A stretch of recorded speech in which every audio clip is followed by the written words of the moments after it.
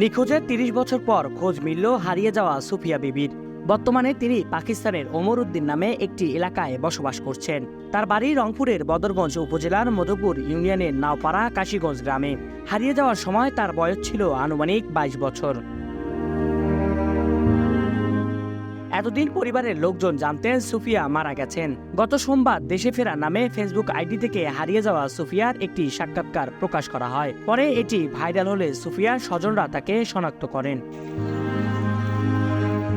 এলাকাবাসী ও স্বজনদের সূত্রে জানা যায়, বদরগঞ্জের ওপর দিয়ে বয়ে যাওয়া যমুনেশ্বরী নদীর পাড়ে ছোট্ট গ্রাম কাশীগঞ্জ।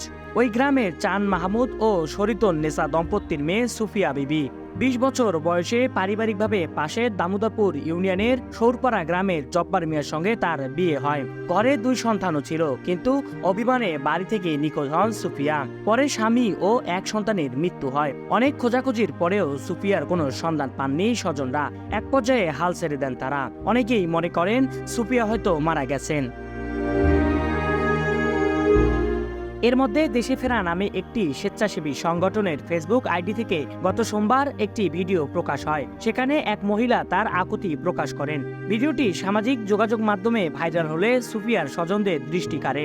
পরে যোগাযোগ করা হয় দেশে ফেরা গ্রুপের সদস্যদের কাছে।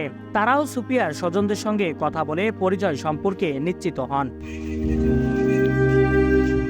পাকিস্তান থেকে বদরগঞ্জের গ্রামের বাড়িতে সুফিয়ার সঙ্গে ভিডিও কনফারেন্সের মাধ্যমে কথা বলার ব্যবস্থা করা হয়। সেখান থেকে পরিবারের সদস্যদের সঙ্গে কথা বলেন সুফিয়া, আর সহযোগিতা করেন দেশে ফেরার টিম সদস্যরা। তার আসার অপেক্ষায় এখন দিন গুনছেন পরিবারের সদস্যরা।